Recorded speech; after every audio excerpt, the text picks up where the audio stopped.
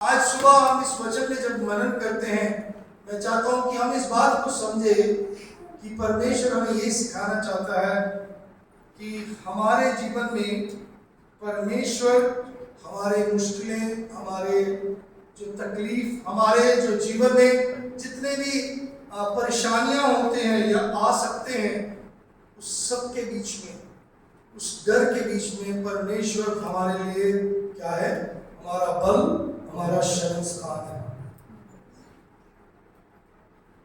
जब हम इस बात को पढ़ते हैं, वो हमारा शरण स्थान और बल है, इसका मतलब ये है कि दोनों साथ साथ में है।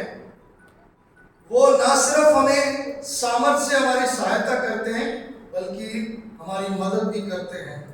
मेरे प्रियो, जब मान लीजिए एक तूफान उठा है, जब मान लीजिए हमारे जीवन में किसी प्रकार के हम कोई मुश्किल परेशानी का सामना करते हैं, उस समय ध्यान रखें, वो तूफान इतना भयंकर, इतना बड़ा होता है कि जो युद्ध है, उस समय हमें ऐसा लगता है कि हमारे विरुद्ध में, या इस तरीके से लगता है कि हमारे ऊपर इतना हावी हो चुका है और हम बिल्कुल डूब गए हैं। ऐसे हालात अपने जीवन में कई बार आते हैं।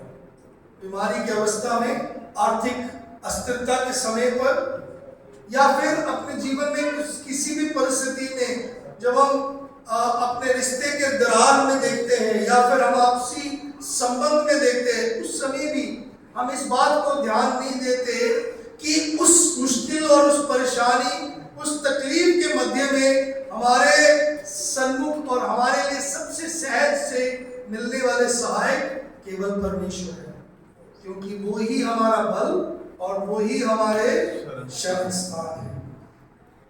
जब इस बात को हम समझते हैं, मेरे प्रियो, हमें क्या करना चाहिए? हमें परमेश्वर के ऊपर विश्वास रखना चाहिए। हमें इस बात को अपने ऊपर बार बार दावा करते हुए बोलना चाहिए। हमें डरना नहीं चाहिए, परिस्थिति और हालात को देखकर हमें घबराना नहीं चाहिए। हमें क्या नहीं करना चाहिए? घबराना चाहिए। आज के वर्तमान पृथ्वी पर, वर्तमान दुनिया में, आज के वर्तमान मौसम, आज के वर्तमान जितने भी बातें हैं, कोई भी हमारे लिए प्रतिकूल नहीं है। मतलब कि हमारे लिए कोई सकारात्मक नहीं है कि हमारे सहायता के लिए कोई हालात है।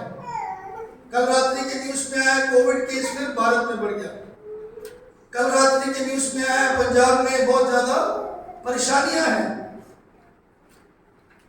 हालात हमारे सामने विपरीत है, लेकिन इसके मध्य में भी, इस हालात के बीच में भी परमेश्वर जो हमें बदलता है, परमेश्वर जिसने हमें बदला है, वो हमारा सहायक है, वो हमारा बल है, वो हमारा शरण स्थान है।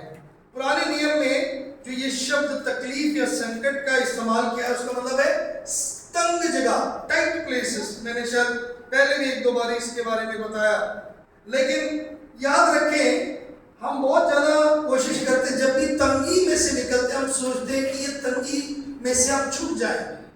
लेकिन परमेश्वर, याद रखें, हमारे जीवनों में तंगी वाले हालात, परिस्थिति आने देता है, होने देता है, ताकि हम उसमें से उसको पहचान लें कि वो हमारे लिए कौन है।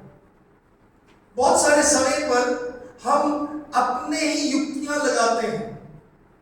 किसी ने इस प्रकार लिखा है, हम कहते हैं विश्वास है, लेकिन we scheme to the Lord, we play with God।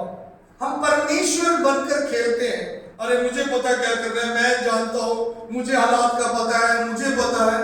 No, if you are saying that you are going according to the circumstance, that you are fool if you don't trust the Lord। अगर आप परमेश्वर पर विश्वास नहीं कर रहे, परमेश्वर के बातों पर नहीं विश्वास कर रहे, आप अपने आप में परमेश्वर के सामने एक अविश्वासी हो, क्योंकि आपको परमेश्वर के ऊपर विश्वास नहीं है, उसके ऊपर एतबार नहीं है, उसके वचनों पर विश्वास नहीं है। मेरे प्रियो, वहां पे लिखा है 4वीं आयत में, एक ऐसा नदी है, उसके ऊपर बात करते हुए मैं इस बात को बताना चाहता हूं। हम जब अपने जीवनों में देखें, हमारे जीवन में हमें अगर विश्वास रखना है तो क्या करना है? अपने युक्तियां नहीं बनाना, अपने, हाँ जी, अपने युक्तियां नहीं बनाना। विश्वास करने वाले ध्यान रखें, अगर आप विश्वास कर रहे हो, स्कीमें नहीं बनाया करो। अरे ऐसे मैंने क्या होगा, ऐसा काम होगा, आप स्कीमें बनाना छोड़ दो। अगर आप विश्वासी हो, आप स्कीमें बनाना, क्योंकि आप सबसे ज्यादा अपनी युक्तियों पर विश्वास करते हो, अपने तरीके से चलना चलाना चाहते हो परमेश्वर को। No, God is God. परमेश्वर सर्वोत्तम है। He is sovereign God. वो अपने आप में पर्याप्त, वो अपने आप में संक्षिप्त है और वो पूरा सफिशिएंट है। वो गॉड अपने आप में पूरी तरीके से वो इस योग्य है कि वो सब कुछ कर सकता है। मेरे प्रियो, इसलिए वचनकार जब बोल रहे हैं कि मेरे सामने क्या है, संकट आता है, तो मुझे सबसे सहज से, सबसे आसानी से मिलने वाला है मेरा सहायक कौन है? परमेश्वर। तो आगे क्या बोलते हैं, अगर ऐसा है तो मुझे क्या है, मुझे दूसरी आयत में क्या पढ़ते हैं हमें कोई भय नहीं, चाहे पृथ्वी उल्ट जाए, चाहे पहाड़ समुद्र के बीच में, परिस्थिति कैसे भी हो, मौसम कैसे भी हो, सृष्टि में बदलाव आए, जो सृष्टि है, जो बनावट है, इसमें अगर बदलाव भी आ जाए, इसके जो बनावट में भी अगर बदल जाए वो, तब भी हमें भय नहीं है। कहने का मतलब है हमारे सामने कितने भी हालात हो, कभी डरना नहीं है। यीशु मसीह के चेले डरपोक नहीं है और डरपोक नहीं होने चाहिए, क्योंकि यीशु मसीह ने हमें निडरता दिया है।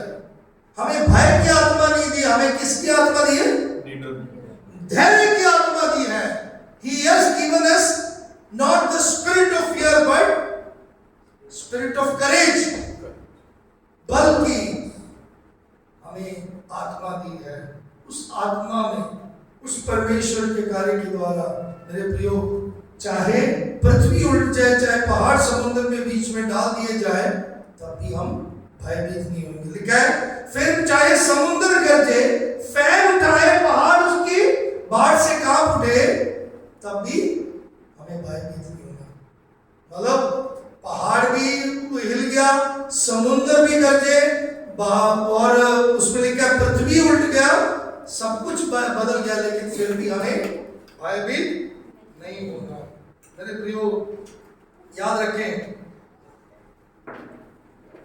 जब भी हमें लगता है कि हम आगे बढ़ेंगे, मुझे कोशिश करना है, मुझे प्रयत्न करना है, या मेरे बल से ये हो रहा है, नो, आपका बल, आपके सामर्थ आपको नहीं बचा सकते, आपकी बुद्धि, आपकी युक्तियां आपको नहीं चला सकते।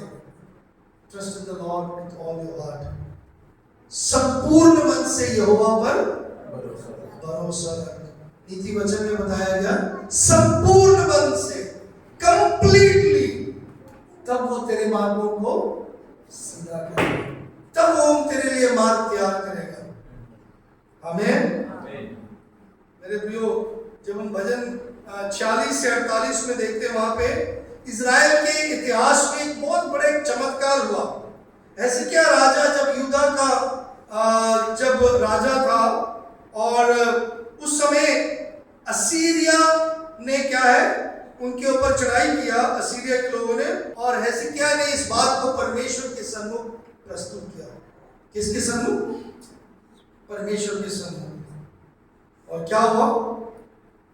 जब परमेश्वर के सम्मुख हम सौंप देते हैं, जब हमारे ऊपर कोई मुश्किल आती है, तो हमें क्या करना चाहिए? परमेश्वर के सम्मुख सौंपना चाहिए। और उन्होंने जब परमेश्वर के सम्मुख सौंपा, तो क्या हुआ? हम देखते हैं वहां पे परमेश्वर ने 1,85,000 असीरियों को मार गिरा दिया। परमेश्वर के दूत ने गिराया, परमेश्वर के एंजल ने, लॉर्ड्स एंजल ने।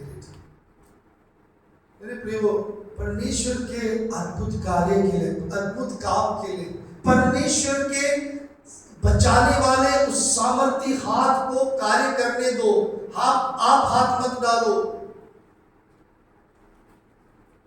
उसको करने दीजिए, वो करता है। 1 से 3 आयतों में याद रखो, हमें डरना नहीं, क्योंकि वह हमारा शरण स्थान है, हमेशा तैयार है, वो हमारे लिए योग्य है और वो हमारे लिए अत्यंत हमारे लिए तैयार रहता है। और चाहे हम मुश्किल में से होके चले, तभी हमें आज्ञाकारी रहना है, क्योंकि हम जब आज्ञाकारी रहेंगे वह हमें बल देगा, हमें शक्ति देगा, हम और सामर्थ्य होके आगे बढ़ेंगे। क्या आप जब मुश्किल आते हैं, क्या आप भागते हो? क्या आप आगे निकलना चाहते हो? मेरे प्रियो, याद रखना, अपने जीवन में जिम्मेदारियों को सामना करते हुए कभी भी पीछे। दूसरी बात, 4 से 7 आयतों में वहां पे क्या लिखते हैं? वहां पे एक नदी है, एक नदी है जिसके नहरों से परमेश्वर के नगर में, अर्थात परमेश्वर परम प्रधान के पवित्र निवास भवन में आनंद होता है। एक नदी है, मतलब एक ऐसा झरना, एक ऐसा सुकून है, एक ऐसा आपको संतुष्टि है जो हमारे लिए क्या है? शांति लेकर आता है। मेरे प्रियो, परमेश्वर हमारा बल है, हमारे लिए ताजगी है। हमें क्या करना है? कभी भी इसलिए हमें डरना नहीं, इसलिए हमें निराश नहीं होना। क्या लिखा है? एक नदी है जिसके नहरों से परमेश्वर के नगर, अर्थात परम प्रधान के पवित्र निवास भवन में आनंद होता है। परमेश्वर उस नगर के बीच में है, वह कभी टलने का नहीं, पांव फटते ही परमेश्वर सहायता करता है। जाति जाति के लोग जला उठे, राज्य राज्य के लोग डगमगाने लगे, वे बोल उठा, पृथ्वी पिघल गई। कभी भी भयभीत नहीं होना। क्यों? परमेश्वर हमारे संग है।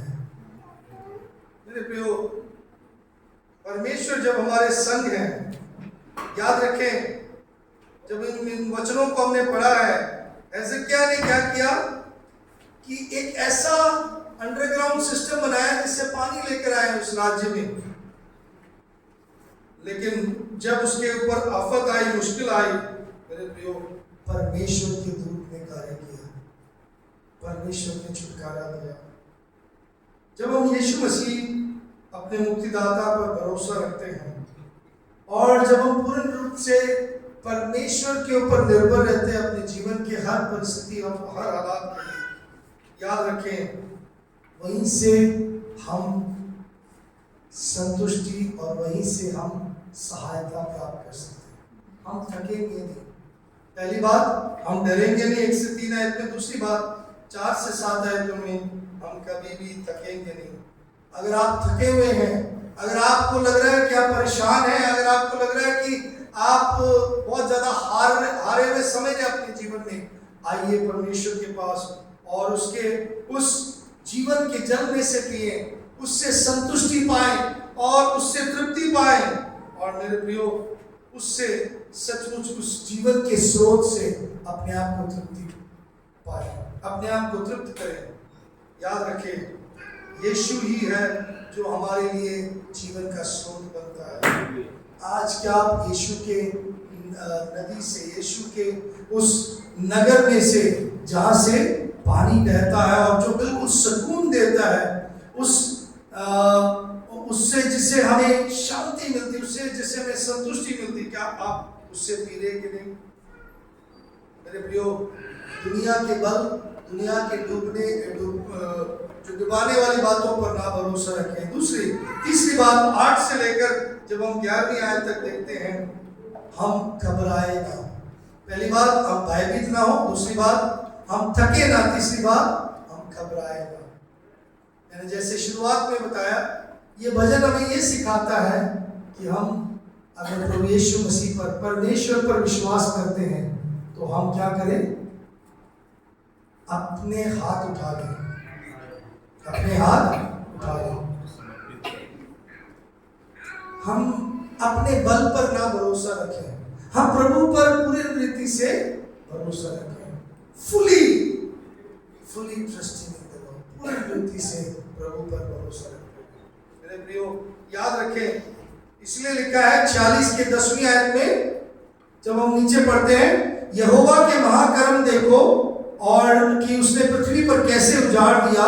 वह पृथ्वी के चोर तक लड़ाइयों को मिटाता है, वह धनुष को तोड़ता है, भाले को भी 2 टुकड़े कर डालता है, रथों को आग में झोंक देता है। जो कुछ युद्ध में सामग्री है, युद्ध की बातें, वो सब कुछ परमेश्वर के हाथ में। परमेश्वर उसको तोड़ सकता है, परमेश्वर उसको अपने नियंत्रण में कर सकते हैं। फिर आगे क्या लिखा है, चुप हो जाओ और जान लो कि मैं ही परमेश्वर।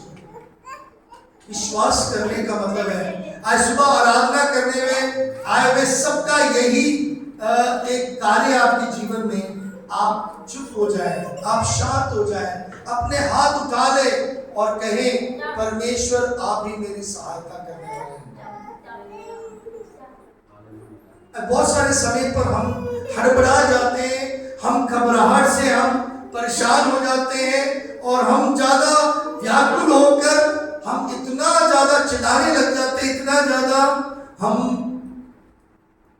अपनी बातें लोगों को सुनाने लग जाते हैं, हम शांत नहीं रहते। शांत वहां रहने का मतलब, हमें चुपचाप रहने का मतलब यही है कि प्रभु के काम देखने के लिए आपको अपने आप को रोकना पड़ेगा। हम अपने आप काम करते रहते हैं, हम अपने कार्य करते रहते हैं, प्रभु को काम करने नहीं देते। विश्वासी जीवन में, सेवकाई में, मसीह जीवन में, हमारे पारिवारिक जिंदगी में, प्रतिदिन, प्रति समय, प्रति माह, प्रति सप्ताह, प्रति पल हमें प्रभु पर भरोसा रखना है। हमें प्रभु पर भरोसा रखना है। अपने हाथ खड़े करो प्रभु की ओर। और हाथ खड़े करने का मतलब है, जब पुलिस वाले जब पिस्तौल लेके आते हैं किसी की तरफ, खास तौर पर मुस्लिम को क्या बोलते हैं, हैंड्स अप। हैंड्स अप का मतलब क्या है, सरेंडर करो। हाथ ऊपर करने का मतलब क्या है, सरेंडर करो, अपने आप को सरेंडर कर दो, समर्पित कर दो। रात से पंजाब पुलिस ने बहुत बोला है, सरेंडर करो। आज बहुत सारे जगहों पर हम अपने आप को सरेंडर नहीं करते परमेश्वर के लिए, हम फिर भी अपने हाथ से काम करने लगते हैं। इसलिए हम हारते, इसलिए हम निराशा में होते, इसलिए हम दुखी होते, इसलिए हम परेशान होते, इसलिए हम ज्यादा भयभीत हो जाते हैं और ज्यादा घबरा कर थक जाते हैं, परेशान हो जाते हैं, शैतान के हमले के नीचे आते हैं। We fall under devil's attack because we fear the Lord, because we fret a lot, and because we faint. जो थका हुआ व्यक्ति होता है, जो हारा हुआ व्यक्ति होता है, जो कमजोरी में होता है, उसको क्या है, उसको बीमारी, उसको क्या होता है, जिसके अंदर इन्फेक्शन है, जो कमजोर है, उसको क्या होता है, बीमारी, इन्फेक्शन जल्दी लग सकता है। जितने कीटाणु एक शत्रु की तरह हमारे विरुद्ध में काम करते हैं, हमारे ऊपर अटैक करते हैं, जैसे ही हमारे शरीर के सेल कमजोर हुए हमारे ऊपर अटैक करते हैं, उसी प्रकार आत्मिकता में आप जैसे कमजोर हो रहे हो, आप जैसे हारे हुए, आप घबरा रहे हो, आप डरे हुए हैं, उतने ही शैतान के हमले आपके ऊपर होते हैं, फिर आप परेशान होते हो। याद रखो, आप झगड़ना, लड़ना, आप ज्यादा अपने आप में प्रयत्न करना छोड़ो, शांत हो जाओ और कहें कि प्रभु आप ही मदद करेंगे। और हमेशा प्रभु के हाथों में अपने आप को समर्पित करते हुए, प्रभु के हाथों में अपने आप को सौंपते हुए, अपने जीवन के सब बातों के लिए प्रभु के ऊपर भरोसा रखते हुए, ये कहते हुए कि सेनाओं का यहोवा हमारे संग है, याकूब का परमेश्वर हमारा जय है। इस वचन को अपने लिए हमेशा याद कराते हुए, अपने आप को स्मरण दिलाते हुए, अपने आप को इसमें से दोहराते हुए, इस वचन के द्वारा अपने आप को संतुष्ट होते हुए, अपने आप के लिए इस वचन के द्वारा धैर्य प्राप्त करते हुए आइए हम प्रभु की आराधना में आज निरंतर बने रहें। मेरे प्रियो, हम प्रभु पर पूरी तरीके से भरोसा रखें। वही है जो हमारा शरण स्थान और बल है, वही है जो हमें भय से बचाता है बल्कि हमें निडर रखता है, वही है जो हमें थकावट से, जो हम थके हुए हमें क्या है बल देकर हमें हियाव बनाता है कि हम तरोताजा रहें, और वही है जो हमें घबराहट से हमें बचाता है। इस परमेश्वर की हम आराधना करने आए हैं आज। उस परमेश्वर की आराधना में इन बातों को स्मरण देते हुए, याद करते हुए, उसकी जो आराधना है, उसकी जो प्रशंसा है, उसकी जो महिमा है, उसकी जो स्तुति है, उसके धन्यवाद के बोल हैं, हम दिल से करें। प्रभु सचमुच संकट के समय आप मेरे लिए अति सहज से मिलने वाले सहायक हैं। प्रभु, जब मैं बीमार होता हूँ, जब मैं क्लेश में होता हूँ, जब मैं मुश्किल में होता हूँ, जब मैं अकेलेपन में होता हूँ, प्रभु जल्दी से जल्दी मुझे बिना कीमत के, बिना कोई जो परेशानी के, बिना कोई दिक्कत के, बिना कोई मेहनत के मिलने वाले सहायक आप ही हैं। आप मेरे सहायक है परमेश्वर। आइए हम परमेश्वर के ऊपर पूर्ण रीति से विश्वास करते हुए इसकी आराधना करें। याद रखें, जब तक आप अपने हाथ नहीं खड़े करेंगे, प्रभु के ऊपर भरोसा नहीं रखेंगे। सो प्रभु हमारे ऊपर अपने जीवन के उस जो उसके सामर्थ है, उसको जैसे उसने प्रकट किया है, उसके आराधना स्तुति प्रशंसा करें। अपने आंखों को बंद करें, सिरों को झुकाएं, हम लोग की आराधना में जाएंगे।